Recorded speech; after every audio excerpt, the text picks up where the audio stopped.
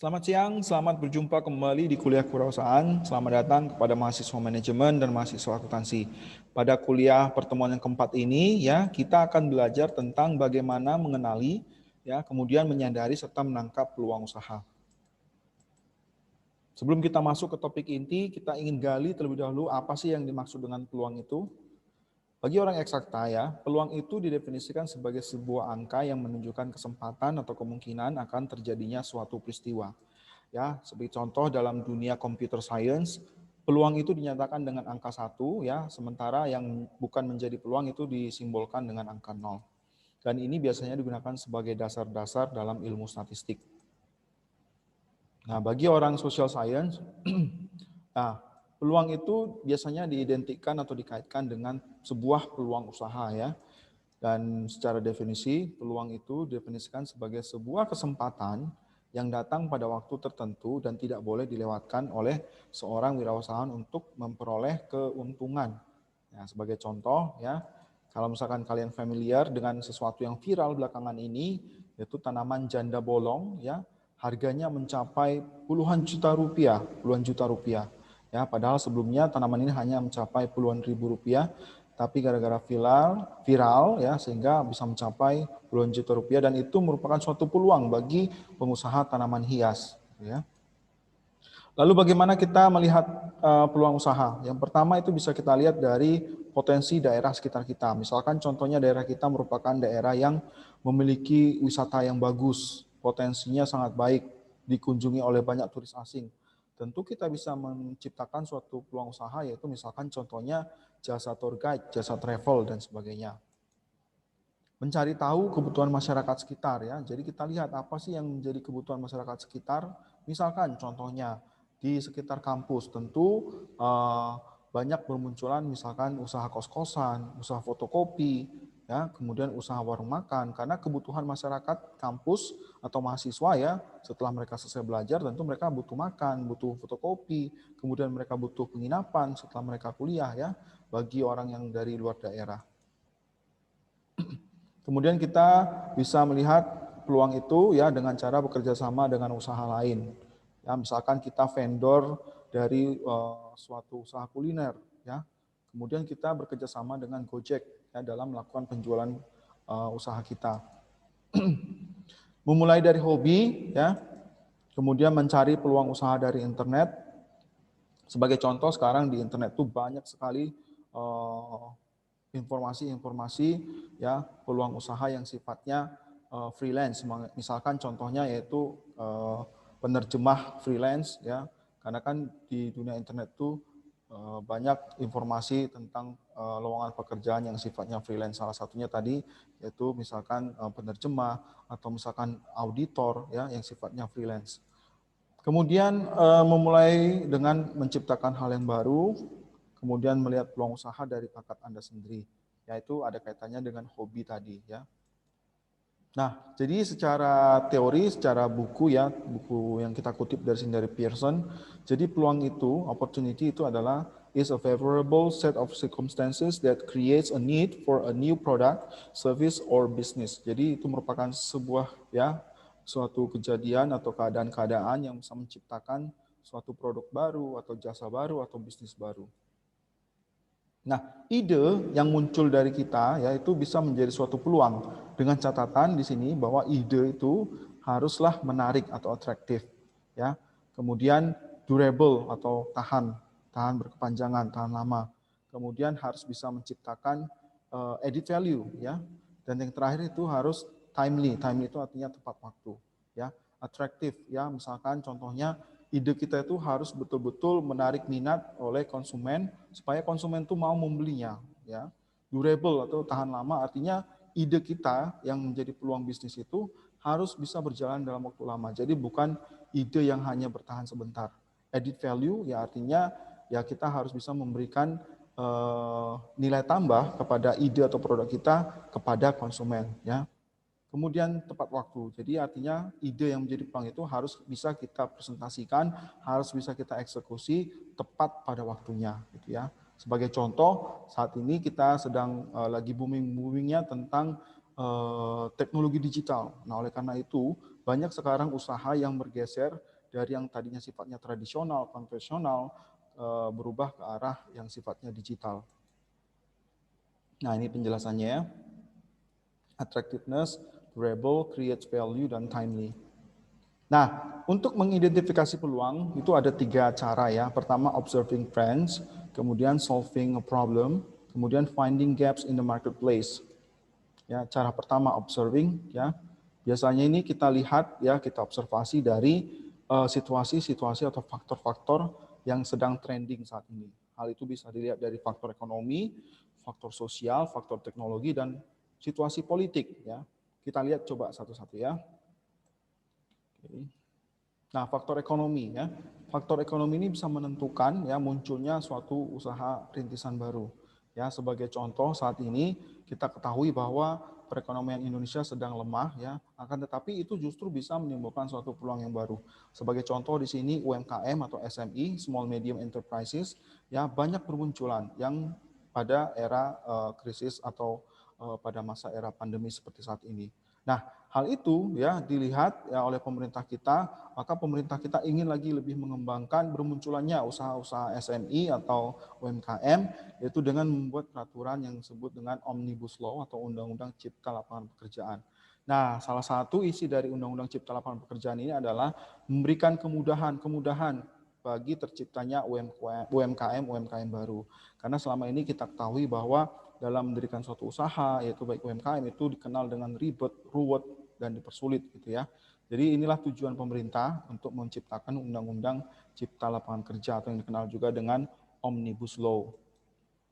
Faktor yang kedua itu faktor sosial ya. Faktor sosial ini ya, tren sosial atau kegiatan-kegiatan yang saat ini sedang terjadi di masyarakat justru itu bisa juga menimbulkan suatu peluang usaha. Sebagai contoh pada saat masa pandemi ini ya, orang kalau kita lihat di mana-mana bersepeda ya, sehingga ini menimbulkan peluang usaha yaitu penjualan sepeda. Dan kalau misalkan kita lihat Indonesia itu penjualan sepeda itu mengalami peningkatan justru pada saat masa pandemi. Jadi inilah faktor-faktor sosial yang bisa menimbulkan peluang usaha yang baru ya. Nah, ini contoh ya bagi orang-orang yang istilahnya kalau dalam bahasa Inggris itu senior citizens atau orang-orang tua ya, orang-orang manula dalam bahasa Indonesia. Mereka ya memiliki keinginan untuk tetap bisa melakukan aktivitas sehingga muncullah peluang usaha ya aerobik untuk orang-orang manula ya, perempuan-perempuan yang sudah tua. Nah, ini di Cina ya, universitas untuk orang tua ya. Ini lagi booming di Cina ya, di mana mereka juga pada masa tuanya ingin tetap beraktivitas, ingin tetap sibuk dan ingin tetap mengasah pemikirannya. Sehingga mereka kembali lagi masuk ke dunia universitas. Tapi universitas yang dimaksud berbeda ya. Mereka lebih ke arah belajar keterampilan-keterampilan. Nah, sebagai contoh mereka belajar alat musik ya, kemudian mereka belajar memasak atau mereka misalkan belajar tentang fotografi ya gitu. Ya, jadi ini Cina sedang booming-boomingnya di mana para senior citizen ini kembali lagi ke sekolah atau ke perguruan tinggi. Faktor yang ketiga yaitu technological advances atau perkembangan teknologi. Nah, perkembangan teknologi ini juga bisa meningkatkan munculnya peluang usaha yang tadinya orang berjualan kopi secara tradisional, sekarang orang berjualan kopi secara online, di mana konsumen itu bisa melakukan pemesanan melalui gadgetnya, kemudian vendor kopi atau penjual kopi itu bisa melakukan pengiriman ya secara online dengan kerjasama dengan misalkan Gojek atau Grab ya. Nah, ini contoh dari teknologi bioteknologi yang ada di Jepang. Mereka bisa membuat semangka yang bentuknya persegi, bentuknya limas, atau yang bentuk seperti heart, ya, seperti hati. Nah, catatannya apa? Catatannya adalah di sini bahwa quote dari Jack Ma, pendiri Alibaba, bahwa saat ini dunia itu sedang berubah, ya. Dunia sedang berubah, internet, globalisasi itu menjadi suatu tools, ya, menjadi suatu alat untuk pengembangan bisnis, termasuk diantaranya UMKM, ya. Kalau misalkan kita ingin produk kita itu semakin ekspansi, tentu kita harus bisa memanfaatkan internet. Sehingga kita tidak hanya berjualan secara lokal, kita juga bisa berjualan secara nasional, bahkan secara global. Nah, faktor yang keempat yaitu political action atau regulatory changes ya. Di sini yang dimaksud dengan ini adalah kebijakan-kebijakan politik dari pemerintah. Ya, sebagai contoh bahwa pemerintah saat ini sedang menekankan bahwa usaha-usaha itu ya harus misalkan harus go green, harus memperhatikan lingkungan. Nah, oleh karena itu pemerintah itu harus bisa memberikan suatu tantangan bahwa bagaimana bisnis itu harus berjalan secara go green. Sebagai contoh, di sini peluang usaha yang bisa muncul yaitu dengan menciptakan usaha konsultan Go Green atau konsultan AMDAL, di mana usaha-usaha yang bergerak di bidang konsultan AMDAL ini memberikan jasa untuk perusahaan-perusahaan yang ingin berdiri, yang ingin melakukan analisis AMDAL. Ya, AMDAL itu artinya analisis mengenai dampak lingkungan. Tujuannya apa? Yaitu supaya ketika perusahaan itu berdiri, perusahaan tersebut tidak memberikan dampak yang merugikan bagi lingkungan. Sebagai contoh apa? Sebagai contoh adalah rumah sakit. Ya, rumah sakit ketika ingin berdiri, mereka harus memenuhi persyaratan lolos kualifikasi dari AMDAL itu sendiri. Ya, sehingga rumah sakit itu ketika berdiri tidak menimbulkan pencemaran yang berlebihan terhadap rumah sakit, terhadap komunitas atau masyarakat. Nah, ini ada beberapa situs, beberapa website di mana kita bisa mencari tren yang saat ini sedang terjadi apa sih ya, gitu ya. Jadi di sini ada Google Trends, kalian bisa ketik sendiri nanti ya untuk mencari tahu trending yang saat ini sedang terjadi. Kemudian kalau misalkan kita aktif sosial media, kita bisa melihat juga apa yang sih yang sedang menjadi tren di dalam Twitter. Kalian bisa ketikkan yaitu trends24.in. Oke, cara yang kedua untuk identifikasi peluang yaitu dengan solving problem ya. Solving problems ini kalau misalkan kita perhatikan nanti di slide berikutnya, yaitu kita memecahkan masalah. Ya, artinya kita menyadari ada suatu masalah dalam suatu komunitas atau masyarakat, dan kita dengan kreativitas yang kita miliki, dengan rasa curiosity atau penasaran dan imajinasi kita ya, kita menciptakan sesuatu ya dengan memecahkan masalah tersebut ya, sehingga dengan demikian kita adalah menjadi problem solver. Kita juga menjadi wirausahawan yang membuat sesuatu, membuat produk, bisa membuat perusahaan yang bisa mampu memecahkan masalah-masalah sosial gitu ya. Nah, yang ketiga yaitu finding gaps in the marketplace. Nah, finding gaps in the marketplace ini artinya bahwa sebenarnya dalam masyarakat itu sudah disajikan produk atau jasa oleh misalkan perusahaan-perusahaan. Akan tetapi dari produk-produk tersebut ternyata masih ada lagi orang-orang tertentu yang tidak bisa dipuaskan. Ya, artinya disinilah peluang kita untuk menciptakan produk yang baru, untuk menciptakan jasa yang baru, untuk bisa memenuhi keinginan atau kebutuhan dari konsumen yang belum bisa dipuaskan oleh perusahaan atau produk yang kebanyakan. Saya ambil contoh di sini yaitu kalau misalkan kita perhatikan ya barang yang disebut dengan gitar ya, gitar itu kebanyakan digunakan oleh pria ya, tapi ada perusahaan yang disebut di sini Tis Kirovolv ya, mereka membuat gitar khusus wanita gitu ya. Ada juga yang misalkan contohnya selama ini kita ketahui bahwa barang-barang itu dikonsumsi oleh orang-orang yang umumnya right-handed atau tangan kanan. Nah, ada juga perusahaan yang muncul ya dengan menciptakan produk-produk yang khusus untuk orang yang istilahnya dalam bahasa Indonesia itu kidal ya, tangan kiri. Jadi inilah yang menjadi gap atau menjadi celah di mana perusahaan-perusahaan itu menciptakan produk bagi orang-orang yang belum dapat dipenuhi kebutuhannya oleh produk atau perusahaan secara kebanyakan. Gitu. Nah, bagaimana langkah untuk memulai finding gaps in the marketplace? Nah, itu bisa kita lalui, bisa kita ikuti dengan mencari tahu terlebih dahulu apa sih yang menjadi kekuatan kita. Ya, kemudian kita melakukan niche market ya. Kita melihat atau kita melirik kebutuhan niche. Niche itu ada sesuatu yang belum dapat dipenuhi oleh kebanyakan ya, sehingga kita bisa masuk di dalam niche market. Dalam bahasa Indonesia itu dikenal sebagai pasar relung ya. Pasar relung. Kemudian untuk bisa menemukan gaps in the marketplace, kita bisa menggunakan konsep ATM, yaitu amati, tiru, dan modifikasi. Nah, ini banyak yang sering dilakukan oleh para wirausahawan baru ya, dengan mengamati ya usaha yang sudah ada saat ini, kemudian meniru, kemudian sedikit memodifikasi. supaya tidak terjadi plagiasi gitu ya. Dan yang terakhir yaitu dengan kreativitas dan inovasi ya. Biasanya ini identik dengan produk-produk yang istilahnya teknologi ya. Sehingga dengan kreativitas, dengan inovasi yang dilakukan oleh tim R&D atau Research and Development atau tim pengembangan, mereka selalu melakukan kreativitas dan melakukan inovasi untuk menciptakan suatu produk yang bisa untuk memenuhi gaps di marketplace.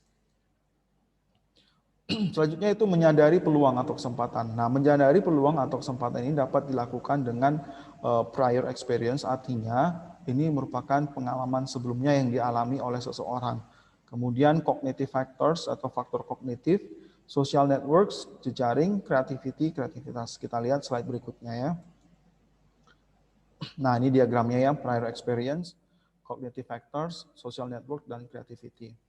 Nah, yang pertama, prior industry experience. Artinya, seseorang yang pernah bekerja dalam suatu perusahaan, dalam suatu industri, tentu dia akan banyak menyerap pengetahuan, dia akan banyak menyerap keterampilan dari perusahaan tersebut. Dia tahu tentang bisnis perusahaan tersebut. Sehingga pengalaman yang dia peroleh selama bekerja di perusahaan tersebut akan dia gunakan untuk menciptakan suatu usaha baru. Ya, semisal contohnya, seseorang yang bekerja di industri perguruan tinggi ya sudah lama misalkan menjadi dekan atau menjadi rektor, akan tetapi ketika dia mengalami masa pensiun ya dia masih memiliki keinginan untuk bisa memiliki suatu usaha sendiri, yaitu misalkan dia mendirikan sekolah atau bahkan dia mendirikan kampus baru yang mana dia menjadi pengelolanya ya.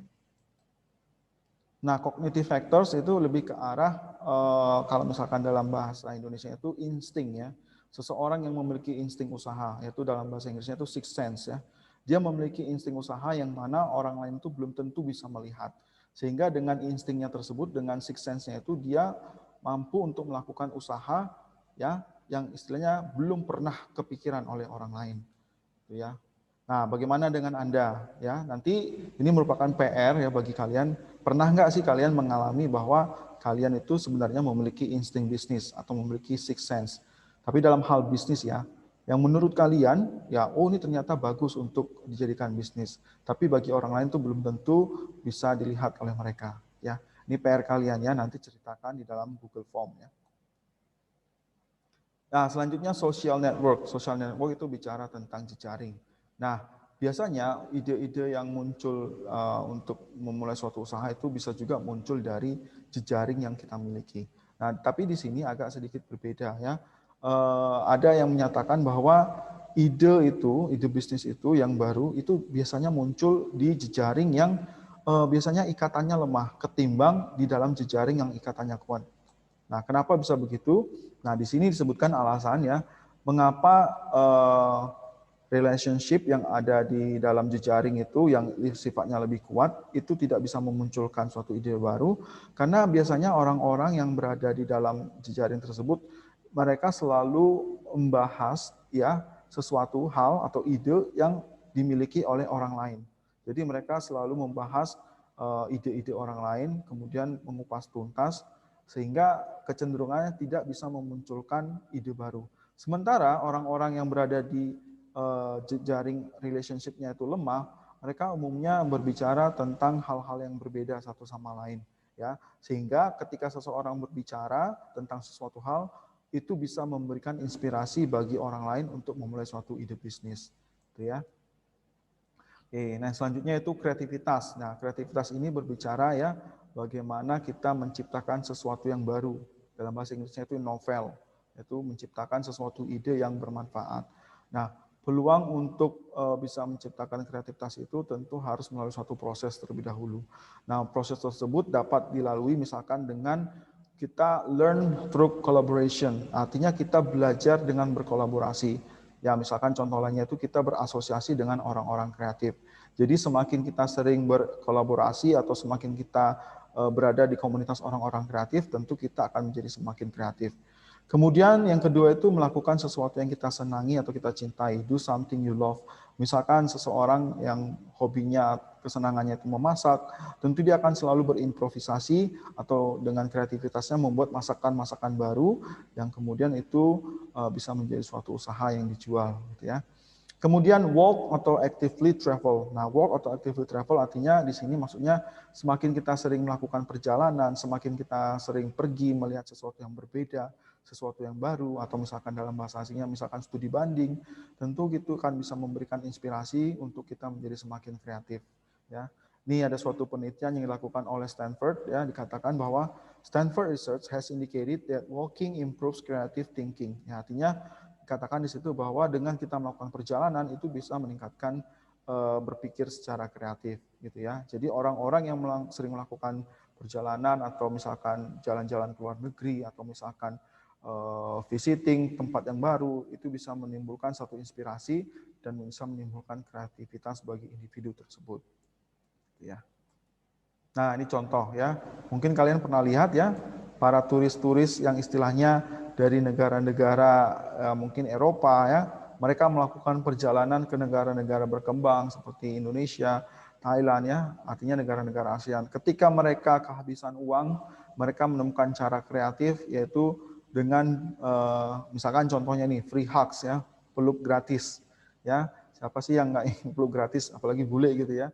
Tapi di balik peluk gratis itu ya ternyata mereka juga meminta donasi ya. Tujuannya apa? Mungkin mereka kehabisan ongkos untuk melakukan traveling. Karena biasanya bule-bule yang seperti ini mereka suka melakukan perjalanan dari satu negara ke negara lain yang sifatnya backpackers ya.